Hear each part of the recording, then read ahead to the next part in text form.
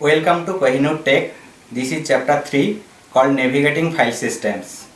In it, I am going to describe the organization of file and file systems and just a quick overview of the directory structure to expect in a Linux system. We are going to look at the copy, move and removing files and directories, look at those commands, and also talk about hard links and symbolic links, which is called a soft link, which is another variation of making copies and copies of files. So let's start.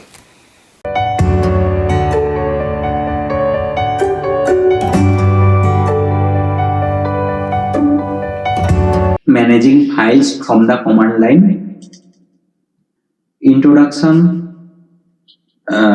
In this chapter, there are some goals like how to copy, move, create, delete, and organize files while working from bash shell. And there are some objectives.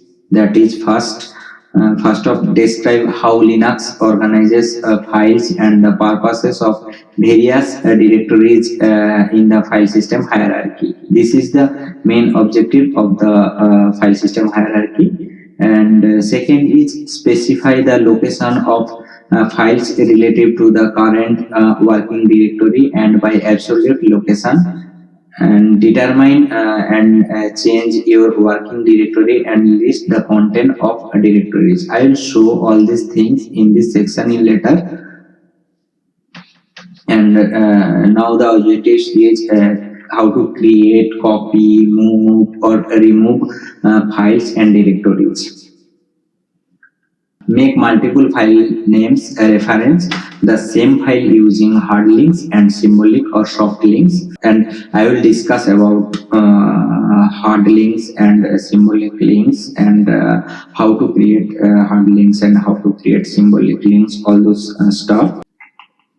And the next and last objective is efficiently run commands affecting many files by using pattern matching features of the bash shell.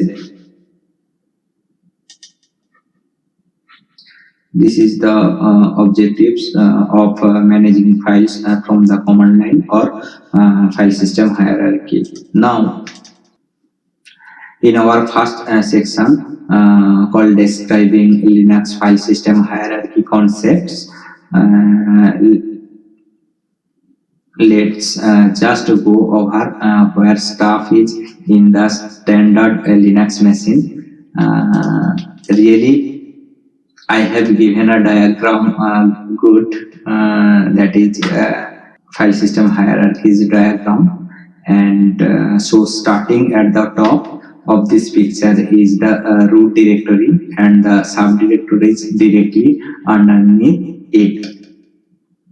Okay, all files on a Linux system are stored on file systems which are organized into a single inverted tree of directories known as a file system hierarchy. This tree is inverted because the root of the tree is said to be at the top of the hierarchy, and the branches of directories and subdirectories stretch between below the root. And you will notice that there are some dotted lines here that show that some directories are just links of others that are the exactly same directory, either symbolically or hard linked, probably symbolically. So notice that the bin directory is exactly the exact same directory as user bin, and sbin as users sbin and users tem as var-tem. Okay, now they were not always like that in previous versions. Go back a ways of Linux. Those directories had different purposes and had different things, but those needs in these distinctions have disappeared from many years now. So we need to keep those directories there for compatibility software. looking in certain directories by name, but we just need certain files to be found there in all of them. So now they are just linked instead of having the distinctly separate directories for different content.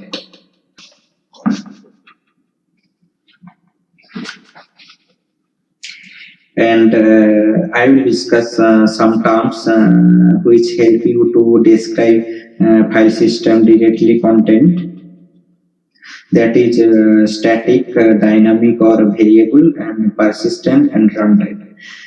The static content remains unchanged until explicitly edited or reconfigured, and dynamic or variable content may be modified or appeared by active processes. And persistent content remains after a reboot, like configuration settings. And runtime content is a process or system specific content that is deleted by a reboot. Okay. Now in this picture, I will show you how the file system hierarchy works. And first, see the slash. This slash directory is the root directory, and this is the main directory at the top of the file system hierarchy. Keep in mind that this slash character is also used as a directory separator in the file names. For example, if /etc is a subdirectory of the directory root, then you could refer to that directory as /etc. Okay, and likewise, if the /etc directory contained a file named group, you could refer to that file as /etc/group. Means if you want to reach the group file, then you have to first reach the root and then etc, and then you can reach to group file. Okay, that is /etc/group. And subdirectories of slash are used to standardize purposes, to organize files by its type and purposes. This make it easier to find files. For example, in the root directory, the subdirectory /root is used for storing the file needed to boot the system.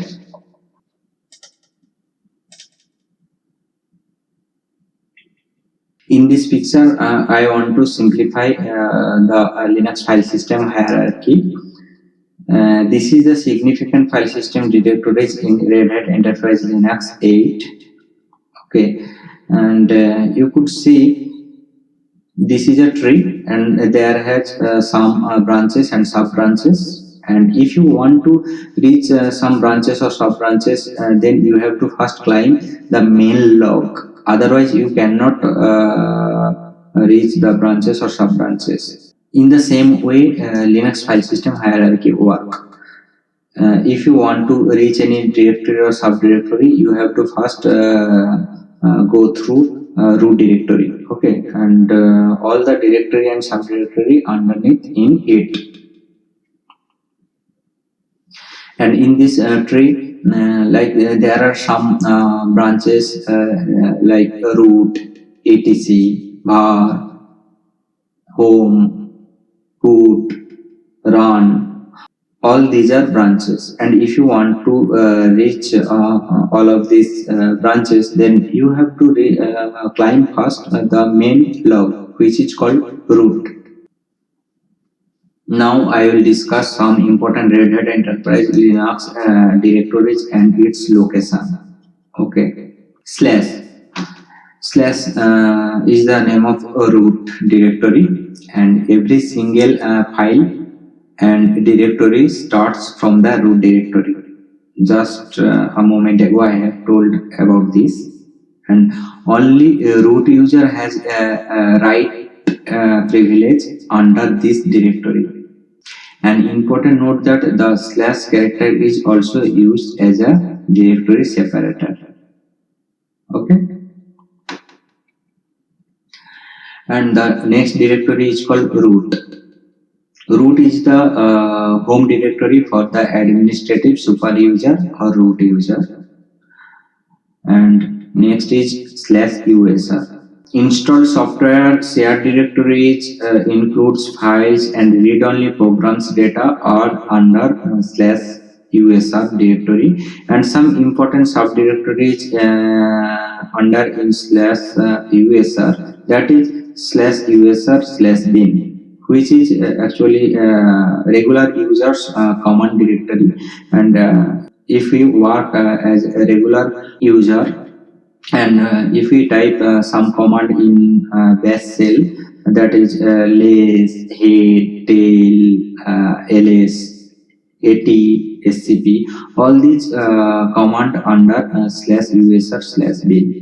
System administrators have some commands, and we are called super user commands, that stored under /usr/sbin. That is, for example, add user, or delete user, like user add and user delete. And there are another important subdirectory, that is a usl local, locally customized software. For example, when you install apache from source, it goes under /usr/local/apache 2.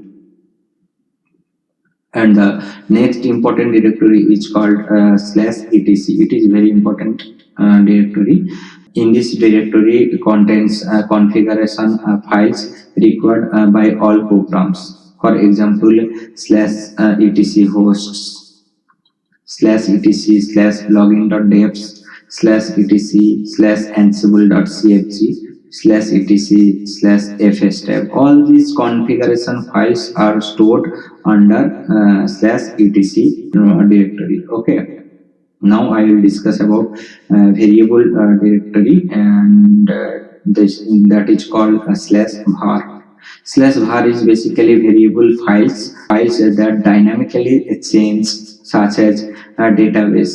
For database, /var/lib, and for log file, /var/log, and printed spooled documents, /var/spool, and website contents, /var/www/html. And then temporary files, temps files needed across reboots, /var/temp.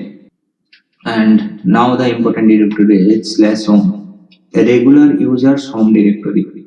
This is called /alice/toton /devops. All are regular users, and their home directory is /home, where they store their personal data and configuration file.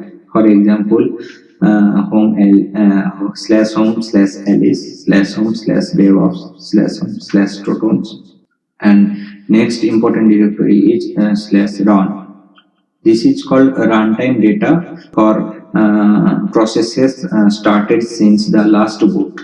This includes process ID file, log file, among other things.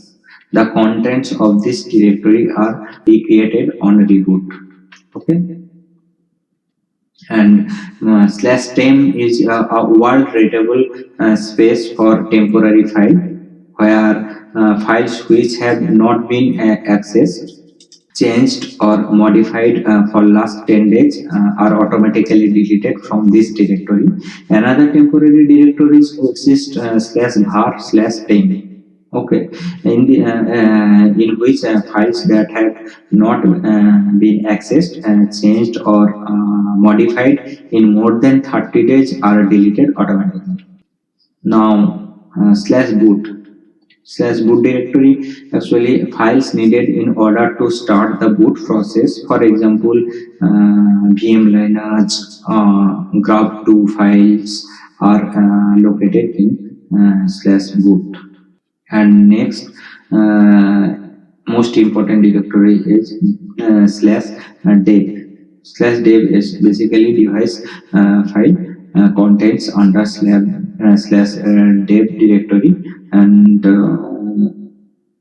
which is actually used by the system to access hardware. we go through the device that are available by loading drivers and getting them to talk to the hardware and enumerate what devices are actually out there, and from that we build a device tree, and you see that show up as a set of subdirectories and files underneath that. So again, literally within dev is a list of all the devices that found on this dev directory.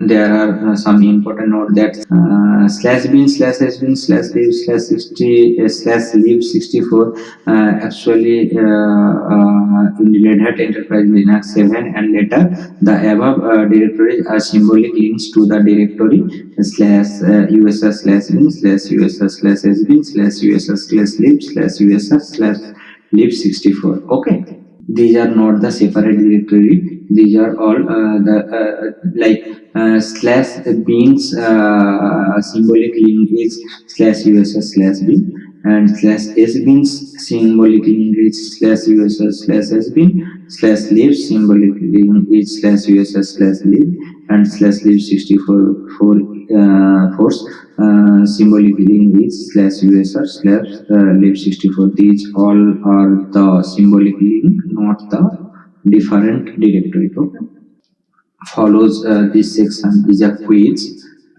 Take a minute to do that quiz and look at the solutions.